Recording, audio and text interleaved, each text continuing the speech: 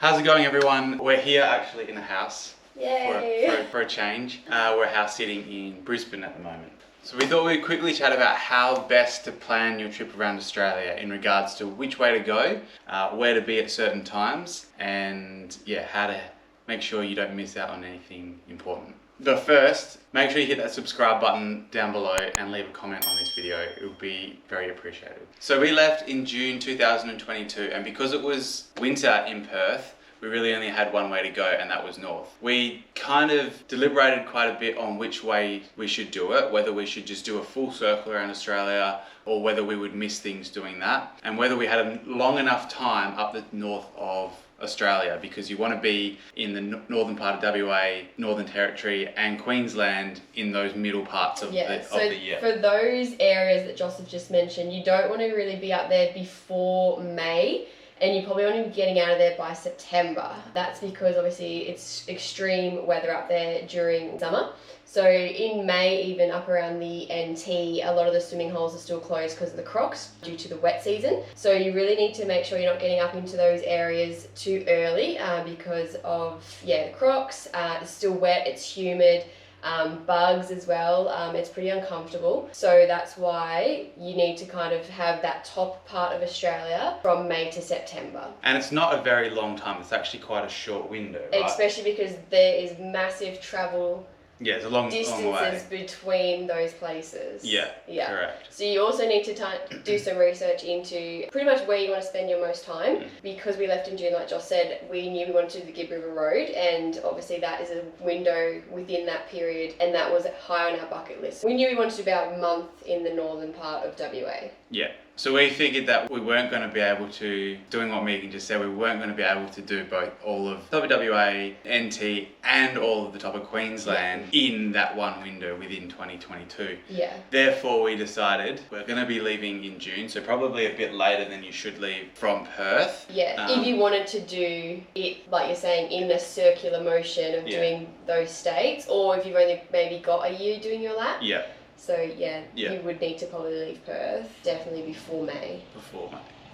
What we decided to do was to do more of a figure eight, in the way that we planned to be on the road for longer than 12 months. So we had the time and the ability to go up to WA into Northern Territory, but then we came down the middle because by the time we were in Alice Springs it was September, and we wouldn't have been able to experience the best part of far north Queensland in a slow pace of what we wanted to do. Yeah, it would have got a bit uncomfortable. It would have gotten very uncomfortable. Just the humidity comes in by September, and insects and things, and then it just didn't work with what we wanted to do. So that's why we did the figure eight. That was the best way for us to do it. Yeah. So when I say figure eight, we came down the middle and then into SA. That was starting to get warmer. So we were as we head south, we wanted to start to warm up. So September in the middle, October coming down through the Flinders, and then into November was the coast of South Australia. Kangaroo Island and the Great Ocean Road. Yeah. You need to keep in mind you're never going to hit the perfect season for each state as well. So we thought, like Joss had said, coming out of Alice Springs, heading down to South Australia by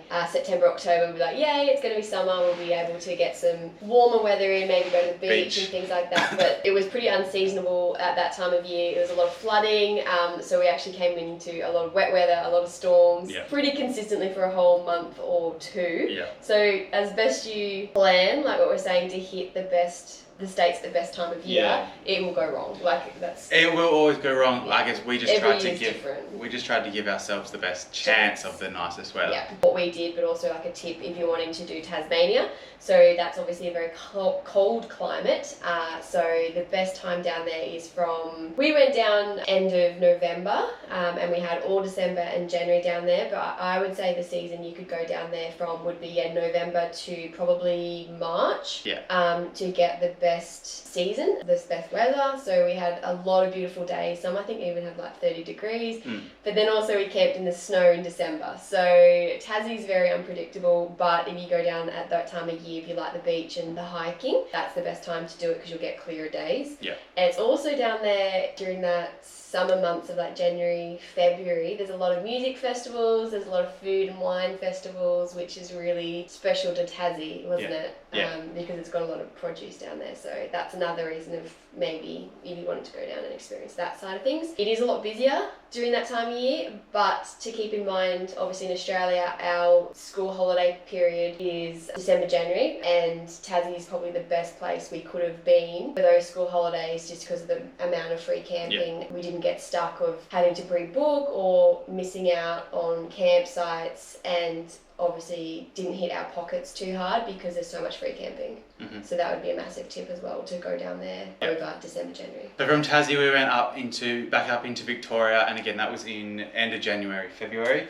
Yeah. The warmer months, which was good because we weren't wanting to be in Melbourne when it was cold, and we did the Vic High Country, things like that you can really only do when it's warmer or it's a bit more comfortable. And from there we just pretty much followed the coast. As it cooled down up north, we headed north. So still hit a few pockets of humidity, but our whole idea was that we're going to go up the east coast as 2023 goes on, and we would get up into Queensland by May, June, when the humidity's died off and it's not as hot, and your stingers are gone and things like that. So that was our whole plan, and it's what we did. With hitting those, like what you're saying, Queensland and New South Wales as well, it gives you the option of going up along the coast during the nicer climate, like Joss is saying, without the stingers and things. But because it's coming into the winter months, and then also go in the outback and there's no flies and it's beautiful warm days and those cooler nights, whereas if you did that in summer, you would just be stinking hot. Yeah. And there's a bit of water around still, isn't there? Yeah, because they get summer rains in northern, or in Queensland really. We're planning on hitting the coast of South Australia in probably late November, December, January. So that's solely because obviously we want to have a good summer. We want to be on the coast. We don't want to be in the outback or anything like that. So we'll be pretty much sticking to the coast for South Australia. South Australia, I'm pretty sure, is pretty well known for having like later summers. They get really hot heat waves during like February, March from the past few years. So that's our plan, to follow the coast back into WA during the summer months. We're planning on getting back into WA coastline like around Esperance at the end of the school holidays, so probably closer towards like that February, March, because the southwest of WA can be really windy, and it can be also very cold still, even in summer. You can get those cold patches. And just from experience, and Joss being like more local to that area, the February, March is nicer down there, isn't it? You get a lot more clearer, nicer sunny days. So I guess to summarise, if you've got the time to do the figure eight and you don't have to do the whole top of Northern Australia in one winter, then that is ideal. Obviously, we know a lot of people who stick to their 12 months to travel. Or less. Some people have less time. Of course, or less. So therefore, I guess you just got to travel a bit faster along that. If you do have the luxury of time, then having the winter season to break it up in half, really. Because Queensland was so big. So it took us like a while, over 3 months, to really explore all that area that you wouldn't want to be doing in summer. And then it worked out well that we were able to get during summer, we were in the most southern part of Australia in Tassie. We were happy we did it that way.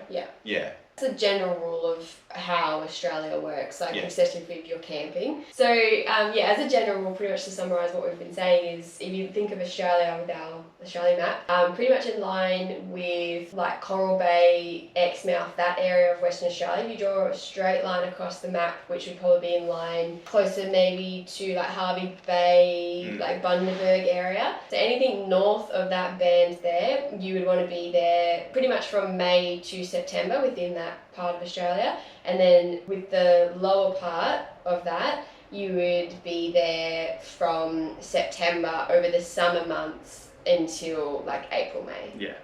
To get those best options of enjoying the north in the winter, in the dry season. That's where they've got all their festivals and fun outdoor stuff. And then the opposite for the south of Australia is the summer months. And that's how you can pretty much just plan your trip. Obviously, depending on which side of the country you're starting from, you just check what season and go either clockwise or anti-clockwise if you wanted to just stick to the coast and do like a lap. Yeah. Otherwise, like what Joss has said, you could pretty much go up and then down and then back up and then down. So you hit each area at the best time. It is like a lot of people do deliberate, because if you just do a lap, you do miss the middle. You do miss the middle, and we love the middle. We did like the middle, and obviously there's some bigger, boring driving days. It's really nice in the September month as well. So wildflowers, like everywhere's got a different point of interest, so it really does depend on what you enjoy. Obviously, if you don't like the beaches, then you don't like, it doesn't matter. You can or stick if you're those. taking a boat with you, then you want to stick to the coast or Yes. something like that. Yes. So yeah, it all depends on your personal preferences, where you start,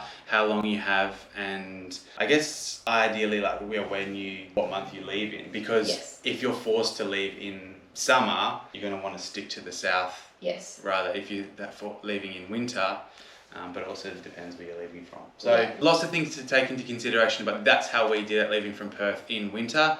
Wanted to make the most of the northern part of Australia, so we did a bit of a figure eight. Yeah, when you're doing your planning, like if you wanted to do some like iconic tracks of like the Gibbera Road or the Unundana or the Simpson Desert, those tracks are only open at certain times of the year. Obviously, you can't do the Gib during the wet season, the roads are flooded or washed out, things like that. Same with the Simpson Desert. So if they're high on your bucket list, you need to plan according to the seasons for those. Yeah. So thanks for watching. That was just a quick recap of how we did it and our tips on how. Yeah, just some things to think about. Yeah, and like we said, it's all different for each traveller. So like I said at the start, please subscribe and leave a comment and like this video. It helps us a heap, so if you can do that, that'd be great. Other than that, we'll see you next week with another video. See ya!